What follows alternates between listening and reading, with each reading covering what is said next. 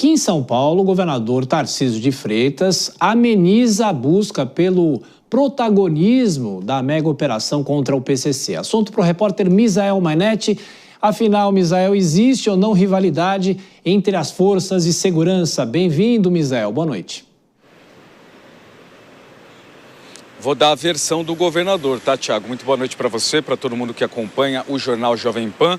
De acordo com o Tarcísio de Freitas, do Republicanos, não tem protagonismo em cima de operação nenhuma. Inclusive, ele disse em coletiva de imprensa que desde que ele assumiu o Planalto, ele está à frente de várias operações, tanto ele, através da Secretaria de Segurança Pública, por meio de DERIT, ele citou operações na Baixada Santista e depois dessa mega operação que aconteceu no coração financeiro de São Paulo, na Faria Lima, ele disse que não há essa busca de protagonismo. Ele foi questionado por isso, porque o ministro da Fazenda, Fernando Haddad, também fez uma coletiva de imprensa em cima dessa operação que envolveu tanto a PF quanto a Receita Federal. Vamos ver essa primeira fala do governador de São Paulo, Tarcísio de Freitas, em relação à não busca por protagonismo. Acompanhe.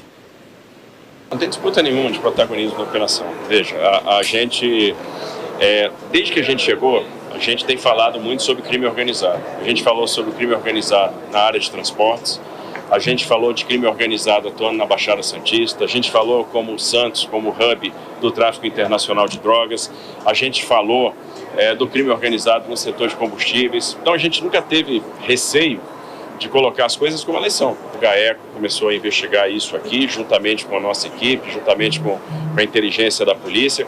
Esse trabalho vai ter desdobramento, porque o que acontece? Se o Brasil não olhar para o setor de combustível como um todo, a gente não vai resolver esse problema. Tá flagrante, e aí é um caso de integração bem-vinda. Então não é disputa de protagonismo. Essa mega operação da PF mirou aí situações envolvendo o PCC, primeiro comando da capital, em postos de combustível e também em fundos de investimentos na Faria Lima, muito famosa por ser o centro financeiro mais importante do Brasil, um dos maiores, e mais importantes. E Tarcísio de Freitas disse que essa foi a oportunidade de lidar com essa evasão de pagamento de impostos. Acompanhe. É muito fácil você obter um benefício tributário para importar nafta para a indústria química e chega aqui, essa nafta é transformada em gasolina e vai parar no posto de gasolina. É muito fácil. Outra coisa, você tem há anos tramitando no Congresso a lei do devedor quanto mais, que dificulta a vida desses fraudadores, dificulta a criação de distribuidoras de aluguel.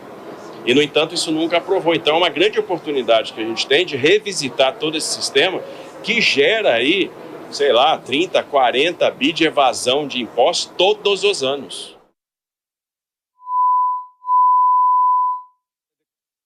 O governador do estado de São Paulo, Tarcísio de Freitas, do Republicanos. Voltando a falar de política, a gente viu um movimento da esquerda, querendo ou não, por meio do governo federal, quando o ministro Haddad fez também uma coletiva de imprensa chamando de patriotas os servidores da Receita Federal.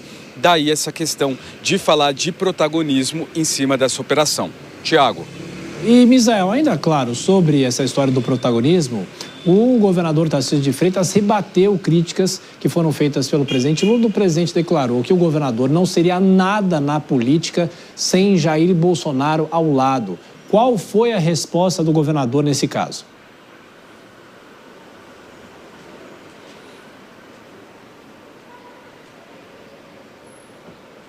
Misael não me ouviu.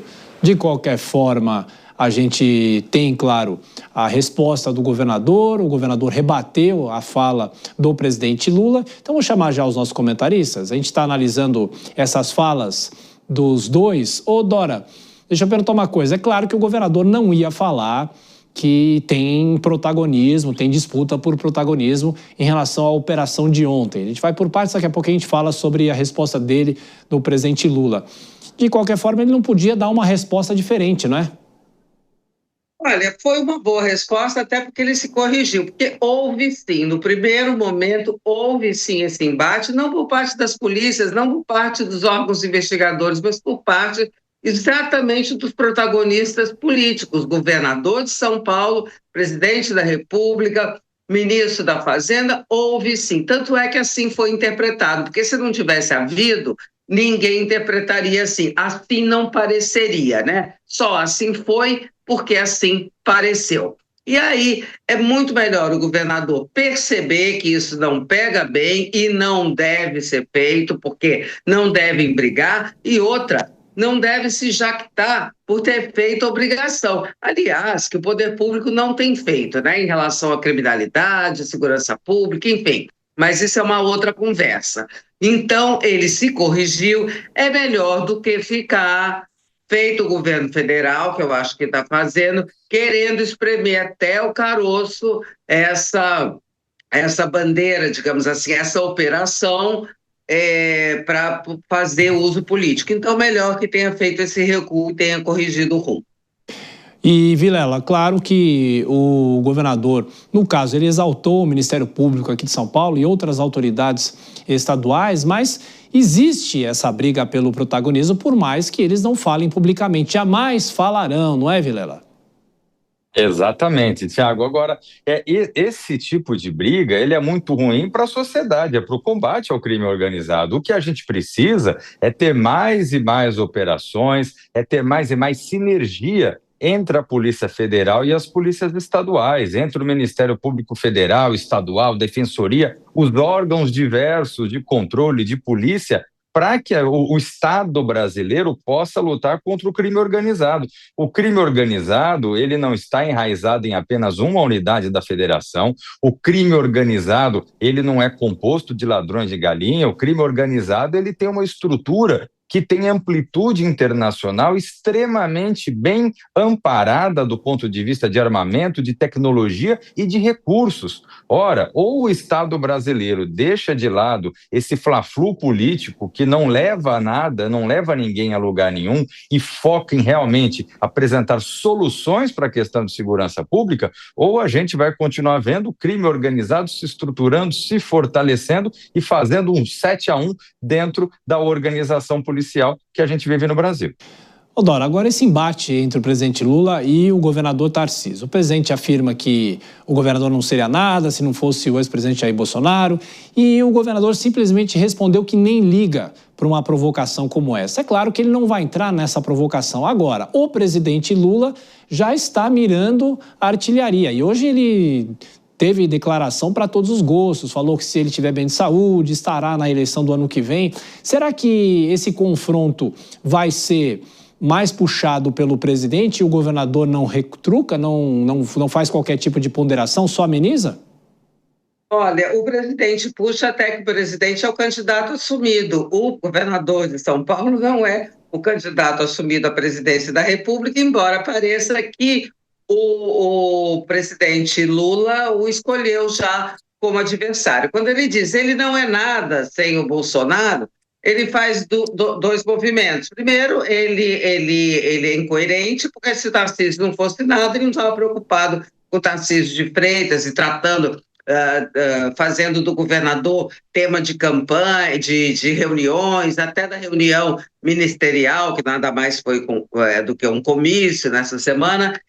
E o Bolsonaro, meu Deus, o ex-presidente que está aí com essa dor de cabeça do tamanho de um bonde que começa a entrar na reta final na semana que vem, o presidente Lula adora dar cartaz. Falou de Eduardo Bolsonaro também, vê se pode, dizendo que precisa ser caçado. Por que ele quer dar cartaz? Porque precisa exatamente de Bolsonaro, dessa coisa extremada, dessa coisa histriônica que está começando a cansar a população, está provocando prejuízos na oposição, e para o presidente Lula é bom, porque na batalha de rejeição, pelo que a gente viu do resultado da eleição de 22, o mais rejeitado foi o presidente da República, que perdeu a eleição. Então, o Lula fica incensando o Bolsonaro, em vez de deixar para lá, porque se ele deixar para lá, ele não tem o malvado predileto dele, que é Jair Bolsonaro.